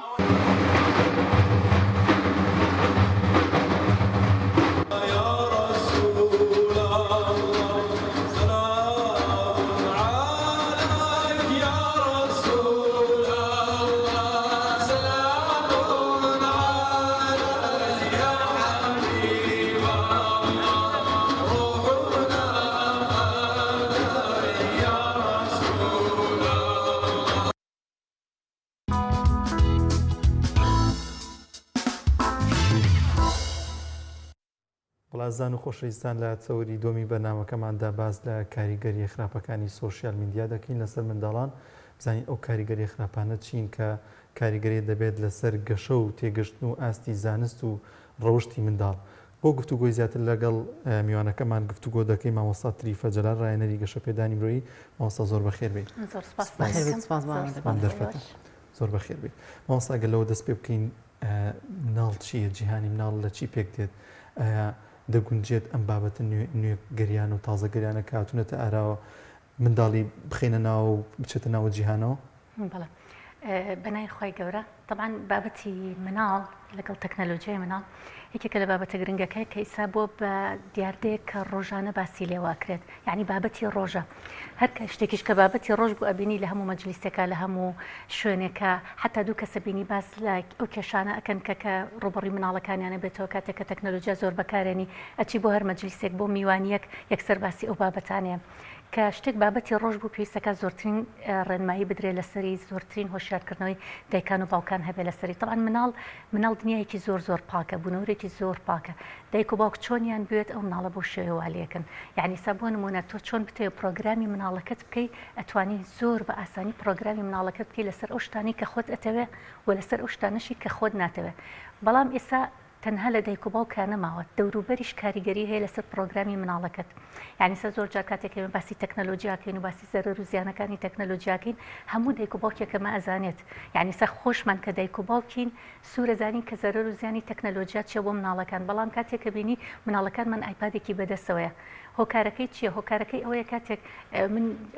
هەفتەی پێش پانێڵێکمانە بۆ یەکێک لەو کەسانی کە پانێڵەکەی بەڕێوە برد کاتێک کە باسی زەرەر و زیانەکەمانە کرد ئەو شتێکی ودوتی من مناڵەکانی خۆم وام ڕاهێنان کە بە هیچ شێوەیەک ئایپاد و مۆبایل و ئامێرە ئەلکترۆنیەکان بەکار نهێنن وتی هەتا 4 ساڵ سەرکەوتوو بووم لەمەیە بەڵام دوای 4 ساڵەکە کۆڵم ماو ئێستا ئایپاد و ئەمێرە ئەلکترۆنیەکانیان پێ وتم هۆکار چی بوو وتی هۆکارەکە ئەوەیە کاتێکە من خۆم نایەڵم ئەم شتە بکات دایکی نایەڵێ ئەمە بکە بەڵام ئەبینی لە خزم و کەسوکار و ڕەفیق و برادر و ئەینەریتە مەکتەب و ئەینەریتە باخچە سێرەکەی هەمووی ئالوودە بۆ بەم ئامێرەوە ئەکا مناڵەکەی منیەتەوە ئیکا بە گریان و ئیکا بە بەزم و بۆچی من نیمە بۆ ئەوان ینی دوای ئەو گرێکی بۆ دروستە بێ گرەی هەستکردن بە کەمی هەست بە نەقسی بۆ دروستە بێ بۆ ئەوان هەیەە بۆ من نیمە وتی ئەوە ناچار مەکات بۆ نمونە من مۆبایلەکەی بەمەدەست ئامێرە ئەلکترۆنیەکانی بەمەدەست کەواتە زۆر جار ئەمە دایکان و باوکان بەڕاستی خۆشمان گیرمان خواردووە لەسەرەوەی کاشە باشە کاتێک کە نایەیتێ بەو شێوەیە ئەبینی هەست بە نەقسی بۆ دروستە بە کاتێک کە ئەیتێ ئالوودە ئەبێ پێوەی کاتە ئەبێ بگەین بۆی کە ئێمە چۆن پرۆگرامێک دابنین چۆن بەرنامەسازیە بکەین بۆ ئەوی کە مناڵەکەم هەم ئامێرەکەشی پێبێ بەڵام لەگەڵ ئەوەشە ئاگام لێبێ کە سێری چیەکە هەم ئامێرەکەی پێبێ بەڵام لەگەڵ ئەوشە بەرەو پێش بچێت کۆمەڵێک پرۆگرامە چۆن دابرێت چۆن ڕێک بخرێت ئایا هەر بە یەکجاری ئەم خەتە قەدەغە بکرێت نەهێڵدرێت یان نەبێت ئەو بەرنامەی وەک بەڕێز ئاماژی بێت طبعاً ئێمە زۆر جار ئەو پرسیارە ئەکەن ئەڵێن بە یەکجاری لای بین طبعاً بە یەکجاری ناتوانین سەرکەوتوش نابین کە لەوەی لای بین چونکە تازە بۆ بە شتێک کە ئەبێت هەبێت یعنی شتێک نییە تر تۆ بتوانانی جایکەیتەوە لە ژیانی ڕۆژانت ئایسا هەر سێری هەر شوێنێکەکەی مناڵێکە بینی بەدەستێتی گەنجەکە بینی بەدەستێتی ژنێک بەدەستێتی پیاوێک بەدەستێتی ینی ئەمە بۆ بە شتێک کە ڕۆژانە بێ لەگەڵمان نابێت کە ڕۆژانە کاتێک کە لەگەڵمانایە ناچارین بگەڕین بە دوای پرۆگرامە یعنی ناتوانین بیر لەوە بکەین و بڵین تر لای ئەبین ناچارین بگەڕین بە دوای پرۆگرامە بۆیە من زۆر جار بە دایک و باوکان ئەڵێم بیر لەوە مەکەرەوە کە ئەم شتە قەتع بکەیت بەڵام بیر لەوە بکەرەوە کە چۆن بە شێوازێکی گونجاو هەم مناڵەکە بە شێوازێکی گونجاو بەکاربێنێ هەم خۆشت طبعاً لێرەیە بوونی پێشەنگ زۆر مهمە بوونی قودوە دایک و باوکە بتوان قودوەیەکی زۆر باش بن پێشەنگێکی زۆر باش بن بۆ مناڵەکانمان کاتێک کە خۆمان بەردەوام ئەم ئامێرەمان بەدەستەوە بێ و تۆ بە مناڵەکەت بڵێ وازی لێ بێنە یا کاتی بۆ دابنی ئەمە سەرکەوتوو نابێ چونکە تۆ پێشەنگێکی باش نەبووی بۆ مناڵەکەت بۆیە ئێمە زۆر جارم قسەیەکەین ئەڵێن مناڵەکانمان ئەو شتە ئەکەن کە ئەیکەین نەک ئەو شتە ئەکەن کە پێیان ئەڵێن یعنی تۆ ئێستا ئەو شتە ئەکا کە تۆ ئەیکەی لە بەرچاوی تۆ گەر پێی بڵێ مۆبایل بەکار مەهێنە بەڵام خۆت بەردەوام بەدەستەوە بێت ئێ مناڵەکە سێری ڕفتارەکە کە ڕفتارەکە سریعتر وەرەگرێ زووتر وەرەگرێ بۆیە کاتێک کە سەرکەوتوو نابێت دایک و باوکێک لەوەی کە چۆن پرۆگرامی بۆ مناڵەکەی دابنێ جارێ خۆی سەرکەوتوو نیە جارە کێشەکە لە خۆیەتی بۆیە پێشەنگێکی باش نیە بۆ مناڵەکانی جا لەبەرەوە سەرەتا ئەبێ لە خۆمانەوە دەست پێ بکەین لە خۆمانی دایکان و باوکان خۆمان چۆن پرۆگرام بکەین لەسەر بەکارهێنانی ئامێرەکان و دواتر بینە سەر مناڵەکان طبعاً ئێستا لە دیراساتە دەرکەوتوڵە لە سابیستی دایکان و باوکان ئاگیان لێنی مناڵەکان سێری چیەکەن کە ئەمەش مەترسێکی زۆر گەورەیە یعنی تۆ ئاگادار نەبی ئەو مناڵەت سێری چی ئەکا چکە بەڕاستی لەم زروفەیە کە تەنها تۆ ئامریکیتە دەست تەنها یاریە ئەلکترۆنیەکان نیە بەردەوامێتە سەری ئەنجە لەولاوە تیکتۆکەیە کە دایبەزاندووە لەسەر ئامێرەکەی لە ملاوە ئەمە ئینستاگرام کۆمەڵێک یعنی بەرنامە و پرۆگرام هەیە لەسەر ئایپادەکەیەتی یاخود لەسەر ئامێرە ئەلکترۆنیەکەیەتی کە بەردەوامێتە سەری بەبێ دایک و باوکەکان ئاگادار نیە ئایپادێکی بۆ کڕیوە خۆی ئەم منداڵە فێر بوو کە کام بەرنامانە داوازێنێ لەوانەیە دایک و باوکێک نەیە بزانێت چیە بەرنامەکانیش ببینێ سەری ئایپادەکە بکات بەڵام نەزانێ ئەم بەرنامەیە چییە چی تێدا بڵاو دەکرێتەوە ئەمە زۆر زیانی هەیە کە ئاگادار بێت دایکان و باوکە و شاریوانە بێت کە ئەم جۆرە بەرنامانە بە هیچ شێوازێک بە کەڵک نایم کە منداڵ بەکاری بن هێشتا باشترێکە گەر کۆمەڵە یاری تێدا بێت و یاریەکان بکات بەدڵنیاییەوە یعنی سا تۆ حساب کە چنێک دایک و باوک ڕۆشنبیرە بەرامبەر ئامێرەکان خۆیسا زۆر جار دایک و باوکەی خۆی ئەو ڕۆشنبیری نییە هەر ئەسڵن لە بەرنامەکانیش نازانێت مناڵەکەی زیرەکترە لە دایک و باوکەکە لە بەکارهێنانی ئامێرەکانە یانیسا من دایک هاتۆتە لای من وتوتی مناڵەکەم بەردەوام خەریکی ئەمێرە ئەلکترۆنیەکانە بەڵام خۆی خوێنواریکی وای نەبووە ژنەکە بڵین کاتێک کە مناڵەکەی هێنم سێرەکەم ئەنوا بەرنامەی دابەزاندووە ئەڵم ئەم بەرنامانە زۆر مەترسیدارە دایکەکە وڵای من نازانم چییە ینی کێشەکەەوەی دایک و باوکەکە خۆی شارەزانیە لە بەرنامەکانە مناڵەکە زیرەکترە لە بوارەیە کەواتە لێرەیە مامۆستا ببوورە ئەتوانین بڵین هەندێک جار بەکارهێنانی تەکنۆلۆژیا لەلایەن مناڵانەوە ئەبێتە هۆی فراوانبوونی فکریان یاخود بەرزبوونەوەی ئاستی زانستیانیان بە پێچەوانەوە طبعاً ئێمە بە هەردووبارەکە بەکارهێنین یەکێک لە سوودەکانی ئەویش ئەوەیە لە ڕووی تەکنەلۆژیا و لە ڕووی معلومات و لە ڕووی زانیاریەوە زۆر بەرەو پێشەچوو مناڵە کە ئەمە شێکێک لە ئیجابیاتەکانی وەیە کە دوایی نەسەر کە چۆن پرۆگرامیکن لەسەر ئەو سوودانی کە هەیە چکە تازە هەر بەکاری هێنێ بۆیە زۆر جار ئاستی زانستی ئەو مناڵە زۆر سریعترە لە ئاستی زانستی دایک و باوکەکەی بە کلیکی هەرچی معلوماتە هێنێتە بەردەستی بە کلیکێک چی بوێتە ئەتوانێت بیخاتە بەردەستی خۆی و سێریشی بکە بۆیە ئەمە ئاستێکی فراوانی ئاەتێت تەمان ئێستا زۆر جارکە باس لە پەروەردەی مناڵ ئەەکەین کە یەکێکە لە ئەرکە زۆر قورسەکان بە تایبەتی لەم ڕۆژگاری ئێستایە و ئەرکێکی قورسە لەسەر دایک و باوک ئەویش ئەوەیە کە ئێستا دایک و باوک لەوە نەماوە تەنها زانیاری با بە مناڵەکانی چکە زانیاری لە ڕێی ئایپادەکەەوە دەستێکەوێ هەر زانیارێکی بوێت ئێستا بۆ نمونە بێوێت لە مکتب واجبێکیان ناوەتێ ناگەڕێتەوە بە دایک و باوکی بە کلیکێک هەمووی بۆ هێنێت بە تایبەتی لە بواری زانستا لە کۆمەڵایەتەکان هەموو شتەکانی بۆیێتە بەردەستی بە باشترین شێوەژێتە بەردەستی کەواتە دایک و باوک تەنها لەوە نەماوە تۆ ڕێنمای مناڵەکەت بکەیت و ئاسی زانستی مناڵەکەت جاریوە مناڵەکەت لە تۆ ئاسی زانیاری بەرزترە کەواتە لەوە ماوە ئەم دایک و باوکەت چۆن وەکو هاوڕێیەکی لێبێ ئێستا بێ بگەڕینەوە بۆ شتە سادەکان لەگەڵ مناڵەکانمانە چۆن هاوڕێ بین لەگەڵیانە چۆن یاری بکەین لەگەڵیانە دوایی باز لە کۆمەڵێک بیرۆکاکەین بۆ یاریکردن لەگەڵ مناڵە کە بەدیلی ئەوەیە کە تۆ سعاتەکانی بۆ کەمەکەیتەوە بگەینە ئەوەی کە چۆن پرۆگرامیکەین و چۆن ساعتەکانی بۆ کەمکەینە ساعتی بەکارهێنانەکانی بەڵام ئەی بەدیل چییە ینی زۆر جار دایکی گێتە لای مناڵە باش مامۆستا ئەوم ڕۆ 2 ساعت نایڵم بیکە بەس ئەو 2 ساعتە خۆشێت مەکە ئەگری شتەشکێنێ لەم برابچووکەکەی ئەیە ماڵ بڵاوە کاتەوە بەس لە پێناوی چیە لە پێناوی تۆ بیتەوە دەسی طبعاً ئێستا یەکێک لەو کێشانەی کە هەیە دایک و باوک زۆر جار ئەماکەن ئەڵێ ئایپادەکە مێ سرم سووکە ئیشەکانم بە ئیسراحەتەکەم ئیشی ماڵەکەم زۆر جار دایکە بۆ توێتی وەڵاهی لەوتێم ئایپادە هاتۆ من ئیسراحەتم کردووە یەکەم ئیشەکانی ماڵ بە ئیسراحەتەکەم دووەم ئیشی ئۆفیس و مەکتەب و هەر شتێکم هەبێ ئەیکەم سێهەمیشەوەی مناڵەکانم تێکەڵی کۆڵان نابێ و تێکەڵی ڕەفیقی خراپ نابێ و ترسی ئەوم نییە لە کۆڵان بێت و ئاگام لێ بێ بخۆی ئایپادەکەی بەدەستەوە بێ خەمەم لێ بە ئیسراحەت دانیشتووە طبعاً ئەمە ئەگەر وا بێت دایک و باوک بەم شێوازە بیرکەنەوە بەڵام نەزانێ ئەو مەترسیە گەورانە چییە کە لە ڕێگەی ئەوە تووشی ئەبێت ئەمەش مەترسیەکی ترە وابزانێ ئەمە ئیسراحەتە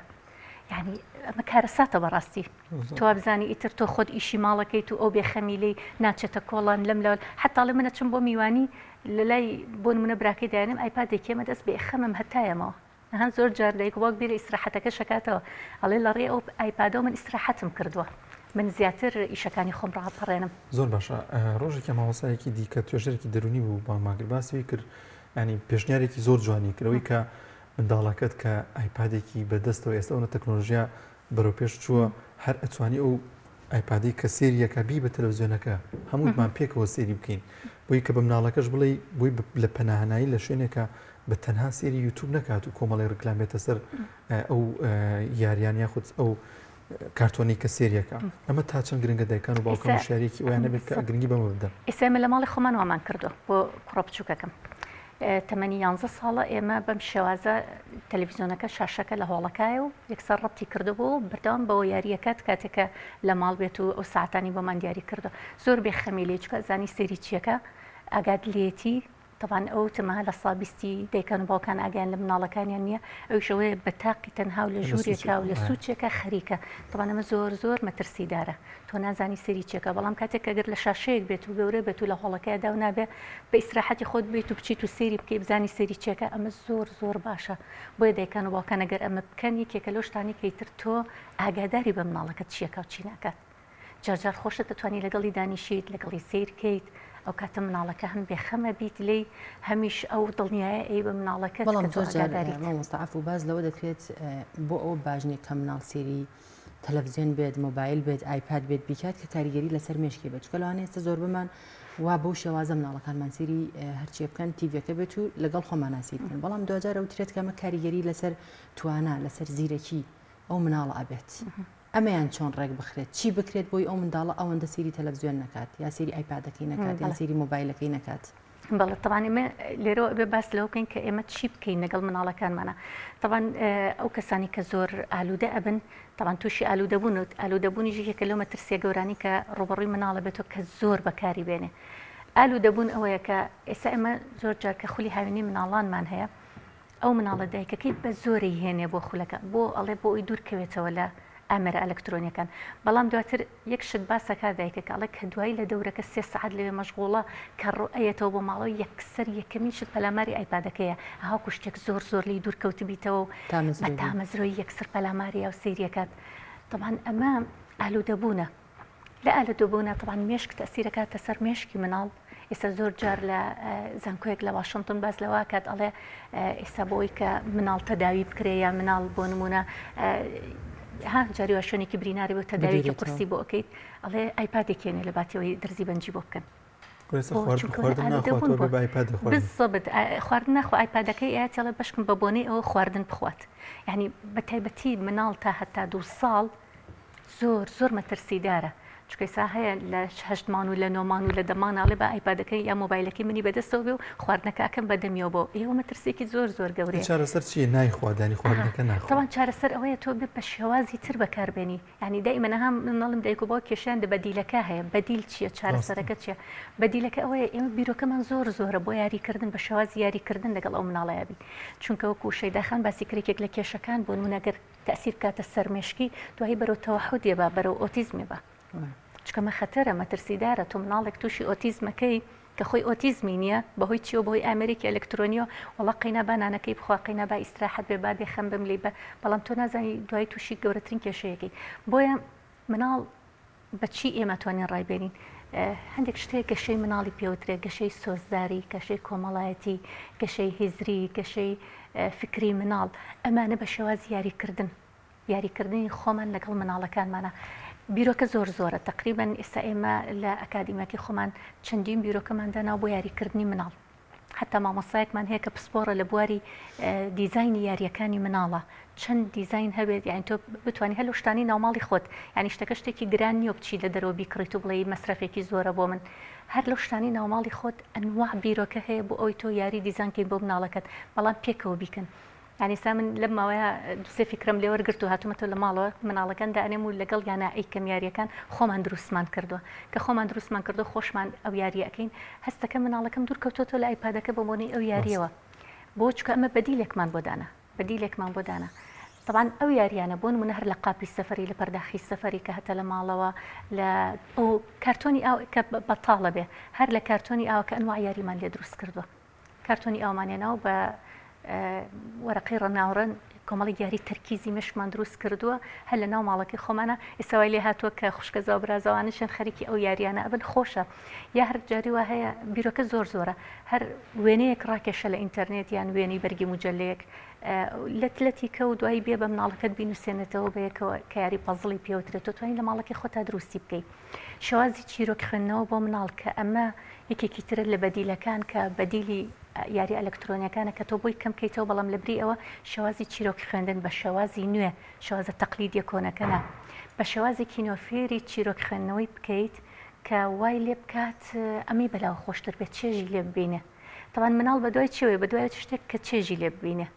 خۆی بۆچی ئایپادەکە بۆچی ئەمێرە ئەلکترۆنیەکانەکە چکە چێژێکی زۆر زۆری هەیەبووی بەڵام ئەگەر تۆ لە بەدیلی ئەوە شتێکی تری بیتێ و چێژی زیاتر بێ دڵنیا بە دوای ئەوەیە گەڕێککە چێژی زیاتری پێبەخشێت بۆیە یاریکردن ئەو بیرۆکانی کە هەیە بۆ یاریکردن ئەمە کارێکی زۆر زۆر گرنگە کە دایک و باوک خۆیان هەستن بەمە چەندێ سەرقاڵبی چەندێ مەشغوڵبی ئەبێ کاتت هەبێ بۆ مناڵەکان کە ئەمە شتێکە ئەبێ بە دایک و باوکان باش باشەمە بزانن زۆر گرنگە لەوەی کە بۆ نوێ ئەو یاریانی کە ئاماژت پێکرد خودی دایک و باوکەکە یاری لەگەڵ منداڵەکەیاندا بکەن ینی پێم وایە کە ئەمە هەم خۆشەویستی زیادەکە هەم توانای مێشک و هەم ئەو منداڵەش هەست بەوە دەکات کە ئەم دایک و باوکە گرنگیکی زۆریان پێدەدات ئەمە تا چەند گرنگە کە دایکان و باوکان ڕاستەوخۆ ببن بە مناڵێک لەگەڵ ینی ئەو مناڵەوەستکە کە لە تەمەنی ئەوە و یاریانی لەگەڵدا دەکات. تاوان ئەمە گەشەکردنی سۆزداری مناڵە گەشەی عاتفیە گەشەی کۆمەڵایەتی زیاکە لای مناڵ. ئێمە زۆر جار کە بیرەکەینەوە لە گەشەی مناڵ تەنها بیر لە جسمەکەینەوە چەنێک گەشەی کردووە حسابێکین زەعیف بووە قەڵەو بووە باڵای بەرز و ئەمانە بەڵام بیرمانە ئەچێت کە گەشەی سۆزداری زۆر گرنگترە لە گەشەی جسمی مناڵەکە باشە گەشەی سۆزداری بەچی دروستە بە یاریکردن لەگەڵی دانیشی لەگەڵێ تەوان بۆ گەورەکانی ژەمە زۆر باشە یعنی ئەمە زۆر جەڕواستەکەینەوە تەنها بۆ مناڵەکانمان باشە بەس بۆ خۆشمان ینی تۆ گەر دیقەت بەی هەر ئەمڕۆ بچیتەوە ماڵەوە یاریەک لەگەڵ مناڵەکە تا دروستکەیت و نیو سعات و نیوێک لەگەڵ یا مەشغوڵ بیت و یاری لەگەڵا بکەیت و هەی هەستەکەی خۆشت سترێسی ئەو ڕۆژە و هیلاکی و مانوبوونەکانت نەما ینی بۆ خۆشمان شتێکی زۆر باشە.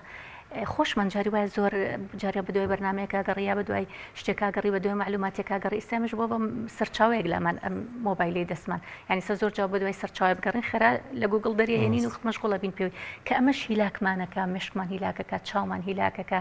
بەڵام ئەگەر ئێمەش سعات و نیوێک لەگەڵ مناڵەکانمانە 2 سعات واز لەوە بێنین و خەریکی یاریکردن بین لەگەڵیانە هەم خۆشمان مرتاحە بین هەم مناڵەکەشمان لە ڕووی گەشەی سۆزداریەوە زۆر گەشەکە هەم مناڵەکە هەست بە چێژێکی تایبەتەکە چکە دایک و باوکی لەگەڵیان چکە ئێستا زۆر جاریش کە گرفتی مناڵان دروستە بێت بە تایبەتی طبعاً مناڵ زۆر وردە لە 15 ساڵیە نەتیجەی بڵین بەرهەمی پەروەردەکەی خۆتە بینیتەوە کە گەیشتە 15 ساڵی لە 15 ساڵیە هەندێک مناڵ هەیە هیچ هینێکی نییە بۆ دایک و باوکی تااقەتی نییە لیان بۆ نمونە دایمە گۆشەگیرەوە سەگەڵ دایک و باوکیە هۆکارەکەی بۆ هەر لە مناڵیەوە یاریان لەگەڵانە کردووە لە مناڵی و گویان بۆ نەگرتووە گفتوگویان لەگەڵانە کردووە دانەنیشتون پێکەوە لە ڕووی خێزانیەوە دایک مەشغوڵ باوک مەشغوڵ مۆبایلیان ناوەتە دەستی بەڵام لە 15 ساڵیە دواترە مناڵەوەی لێ خۆی تااقەتی دایک و باوکی نامێنێ دەتوانین بڵێن ئەمە بەکارهێنانی سوسیال میدیا بۆ لەلایەن ئەم مناڵە وای لێ کردو کە ئەمە گۆشەگیر ببێت بەڵێت گۆشەگیرە بێت چکە بۆ هەستەکەی تر پێویستی بە دایک و باوک نەماوە پێویستی ئەوەنی پێویستی بە مۆبایلەکەتی ئەوە پێویستی بە دایک و باوک نییە بۆیە زۆر جار لەو کاتیا دایک و باوک ئەیانێ فرێ مناڵەکانیان بکەون یەدا ئەنیشە لەگەڵی مناڵ تااقەتی نییە دانیشە لەگەڵی ئەڵی وەرە با پێکەوە بچینە دەرەوە تااقەتم نییە لەگەڵیشانە ناچێتە دەرەوە ئێستاکێک لەو گرفتانی کە ڕوبەڕی دایکان و باوکان بۆ تۆ زۆر جارێن بۆ ڕاشکاری بۆ لای ئێمە کێشانێڵە چینە دەری شۆ مناڵەکانمان نایە لەگەڵمان ئەچین بۆ سەیرانێ بۆ گەڕانێ لەبەر خاتری مناڵەکانمان داوەتی ڕێکەخین مناڵەکە تااقەتی نییە نایە لەگەڵمانە بۆ چونکە هەل لە مناڵیەوە کە ئەمەی هەبووە وای زانیوە ئیتر ئەمە بەدیلی دایک و باوکیشە ینی ئەمە خەتەرەکە لە مشکی مناڵە دروست ببێ کەوا بزانێ ئەوە بەدیلە ئیتر پێویستی بە سۆز و خۆشەویستی دایک و باوکیش نامێنێ چکە لە مناڵیەوە نەیاوتێ لە 15 ساڵە قورسە تۆ بتەوێ دیسان و بێنیتەوە سەر لە نوێ سۆز و خۆشەویستی بیتی و سەر لە نوێ هاوڕێتی دروستکەی بۆیە ئەگەر لە مناڵی و فرێ مناڵەکانمان نەکەوین لە 15 ساڵیا کە بەرهەمەکەی ئەبینی قورسە دیسان و دەست پێ بکەی لەگەڵی چکە تۆ 15 ساڵ پرۆگرامە کردو لەسەر شتێک ئێستا توێ خێرا ئەو شتەی لێلا بیت و شتێکی تری پێبەخشی قورسە زۆر باشە ئەوستا دو پرسیارەگەر بە کورتی من هەمیشە لە بەرنمەکانماندا گرنگی زۆر بۆ دەدەم کە گرنگە لە ئێستا دەدایکان و باوکان گرنگی بنەوەی کە منداڵەکانیان لە ئەکادیمیا لەو سنترانی کە توانای بەهێزی مناڵ بەهێز دەکەن یاخود توانای زانستیان بەهێز دەکەن و لە ڕووی ڕەفتار هەموو بابەتانەوە تا چەند گرنگە دایکان و باوکان هۆشیاری وان هەبێت کە لە ئێستادا زۆرە لە ئەکادیمیا و زۆر شوێن هەیە کە گرنگێکی زۆر دەدات بم بابەتانە کە لە سەردەی مناڵی ئێمە دامە بوونی نەبووە. طبعاً خۆشبەختانە کە ئێستا ئەم ئەکادیمیانە هەیە ئەم ڕێکخراوانە هەیە کە گرنگی بە مناڵەت ئەمە شتێکی زۆر باشە کە دایک و باوک بەردەوام ئاگاداری ئەمە بن چونکە کارامەییەکانی ژیان لێوە فێرە بێت یعنی سا بۆ نمونە ئێمە هەر کۆمەڵە پرۆگراممان هەیە تایبەتە بە کارامەیەکانی ژیان بە لێهاتوویەکانی ژیان ئەی مناڵ پێویستەکە کۆمەڵێک کارامەیی هەیە فێری بێ لە ژیانە کۆمەڵێ بەها هەیە ئەم مناڵە ڕابێنی لەسەری طبعاً ئەمە هەم مناڵ گەشەکە لە ڕووی دەرونیەوە هەم گەشەکە لە ڕووی لێهاتوویەکانیەوە طبعاً لێهاتووی مناڵی کە لە شتانی کە بەردەوامە بێمە ئیشی لەسەر بکەین عادەتەن لە خولەکانی ڕاهێنانە ئیش لەسەر سێ تەوەری سەرەکیەگرێ یەکێک لەو تەوەرانە پێدانی زانیاریە دووهەم گەشەدانە بە لێهاتوویەکانی سێهەم گۆڕینی ڕەفتار و سلوکە بۆیە کاتێک ئیش لەسەر ئەم سێتەوەرە گرنگاکرێ ئەمە بۆ مناڵ زۆر باشە کە دایکان و باوکان یعنی یارمەتی دەرێکە هاوکارێکە تاواکارێکە و دایک و باوک لە پەروەردەی مناڵەکانیانە. بەڵێ زۆر سپاس بۆ خات و تریفە جەلال ڕاهێنەری گەشە پێدانی مرۆڤی زۆر سپاس بۆ ئامادە بوون زۆر سپاس وڵازان و خۆشەویستان لەگەڵ هاتنی وەرزی پاییزدا زۆرێک لە هاوڵاتیان فەرشەکانی ناوماڵیان دەگۆڕن. هاوکارانمان ڤیتیکیان بۆ ئامادە کردوین لە دوکانێکی فەرش و کومبار کە هاوڵاتیان لە وەرزە داگرنیەکی زۆر بۆ بابەتە دەدەن پێ کۆبینەری ئەو ڤیتیە دەبین.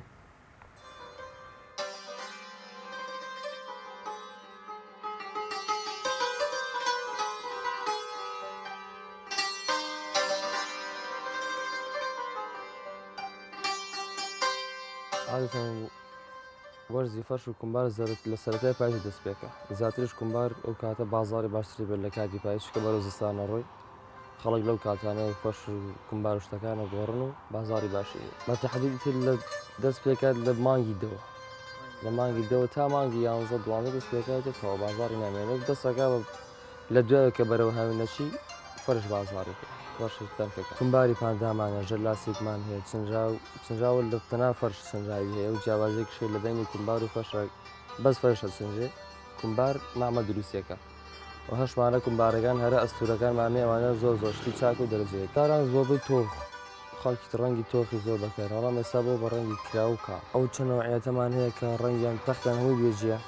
بەڵام چەند نەخشێکی سادی تیا خەڵک زۆر بەلاوە جوانە سادەکان ئەو کەپسانەمان هەیە لە دەرەوە دەنکەکان بۆ ژێر فەرش بەکاردێن بازاڕان زۆر چەند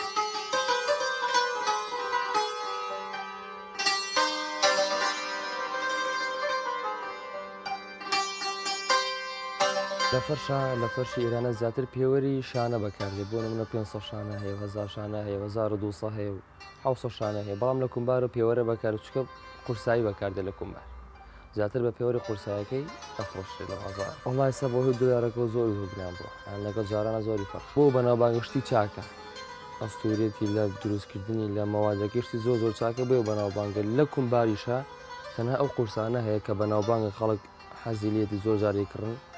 لەبەر ئەستورۆکە و کاشانە دەرەکەوێت ئەوە زۆر زەناوبانگی هەیە لەگەڵ ئەو کەپسانە دەرەوەکە عەلێت و نوێری پێوتر جیاوازی فەرش و کومباریش ئەرەوەیە کە کومبار تەنها بەس بڕمەشینە دروستەکرێت ئەوە نییە بتوانێت بە ئیشی دەست نییە بە دەست دروست ناکرێت بەڵام فەرش بە دەست دروست دەکرێت چنین دەستی هەیەشتی زۆر چاک و دەرەجەیەک و گرانیشن ئەوەشتی زۆر چاک بە دەستە چەندە فەرشە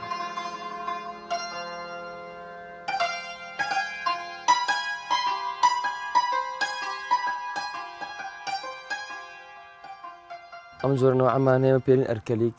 کامە تەختی لۆکێ و موادی حەریری تابەکەرات تۆشتی زۆر چاکە ئەمە ئەرکەلێکی پێوترێت ئەمانشمان هەیە ئەم تاڵ درێژانە کە بە شاژی ناوی هەیە ئەمەشتی زۆر چاکن ئەم شاژیانە تاڵێشتی چاکە لەگەڵەوە مەوادێ شاژی ئەمە شاژی پێوترێت ئەم تاڵ درێژانە و خەڵک زۆر بەدڵێتی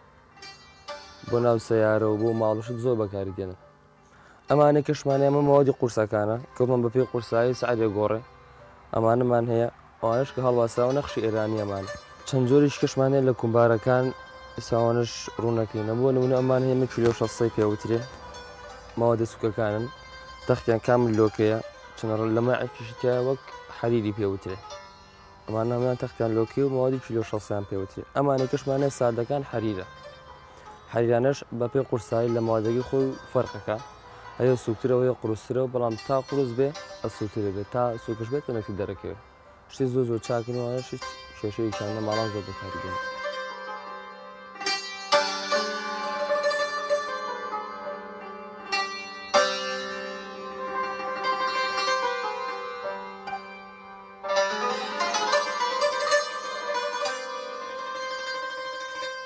ئێمە فەشەکانمان خوریە ماوەدەکەی و هەشمانە ئاوریشمی مەکینەمان هەیە و ئاوریشمی دەستچنیشمان هەیە ئێستا ئەم فەرشانی کە ئەمە لێرە ئەمانە ئاوریشمن هینی دەستچنە لە هەرێمی کوردستان زیاتر ئەکسریەتی فەرشەکان لە تورکیا لە ئەڵمانیا بۆ لە سین ئێرانی بەڵام زیاتر لە خەڵکی کوردستان حەزیان لەسەر لە خواستیان لەسەر فەرشی ئێرانی فەرشەکانی ئێمەش ئێرانی و ماوەدەکی باشترە و کوالیتێکیشی باشترە بۆی خواستەکە لەسەر فەرشی ئێرانی جاران زیاتر خواستی عامی خەڵکی کوردستان لەسەر فەرشی سوور بووە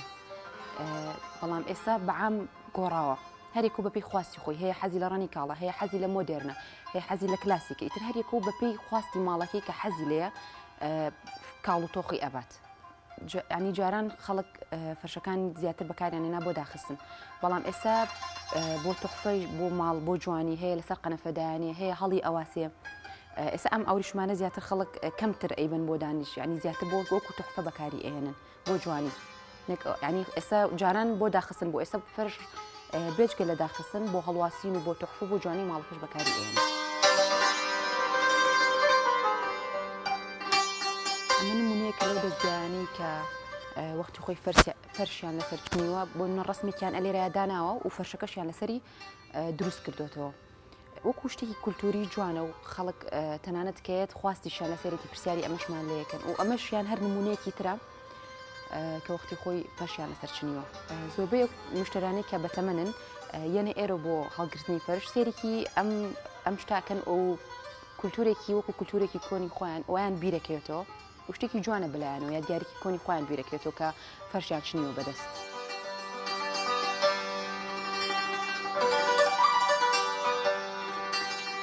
ئەمانە عادەتەن ئیشی دەستچنن و خەڵک زۆر خواستی لەسەری هەیە و هەیە بۆ ئۆفیسەکانیان ئەیبن هەیە مۆرکی نەتەوەی ئێرانیان بیرەکەوێتەوە هەیە بۆ چاخانەکانیان ئەیبن هەیە بۆ ئۆفیسەکانیان ئەیبن هەیە لە دەروی وڵاتەوەیان تەڵەبی ئەەکەن هەرێکول لەسەر خواستی خۆیان بۆیان تەڵەبەکەین و هەش حەزیان لە دەستچن ئەبن ئەمەش نمونەیەکی تری لە فەرشە ئاوریشمەکانمان ئەمەش نمونەیەکی ترە و ئەمان چنراوی دەستە عادەتەن لەسەر چنراو بێت فەرشەکان زیاتر ڕەنەکەی زیاتر دەرەکەوێت لەسەری زیاتر کلاسیکە چونکە بەدەست چنراوە ڕەنی زیاتر تیا بەکار هاتووە هەست و سۆزێکی تایبەتی عاتیفەی لەسەرە چونکە کەسەکە خۆی دروستی کردووە و هەستێکی تایبەتی بۆی هەیە و جیاوازترە لە فەرشەکانی تر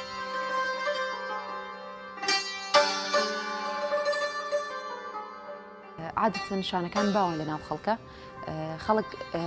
بۆی بۆتە پرسیارکە ئەڵێ 600 شانە چی 1200 شانە چی 1500 شانە چییە عادەتەن 600 شانەکان ئەسوورترە و شانی کەمتری تیا بەکاراتەوە بەڵام 1200 شانەکان و 1500 شانەکان دەزوی زیاتر تیا بەکاراتەوە پڕترە و فەرشەکەش تەنکترە تەنها جۆرە ینی جیاوازی فەرشەکان ئەمێ جۆرەکەی تا پڕتر بێ دەزوەکەی شانەکە تەنکترە ینی فەرشەکە تەنکترە بەس هەتا دەزوەکی کەمتر بێ فەرشەکە ئەسوورتر بۆ دانیشتنیش خۆشترە ینی تاوەکو پڕتر بێ 1200 شانە 1500 شانە بۆ دانیشتن خۆشترە و مامەڵەشیان باشترە لە بەرەوەی تەنکترە فەرشەکە قورستر نییە وەکو 600 شانەکە نییە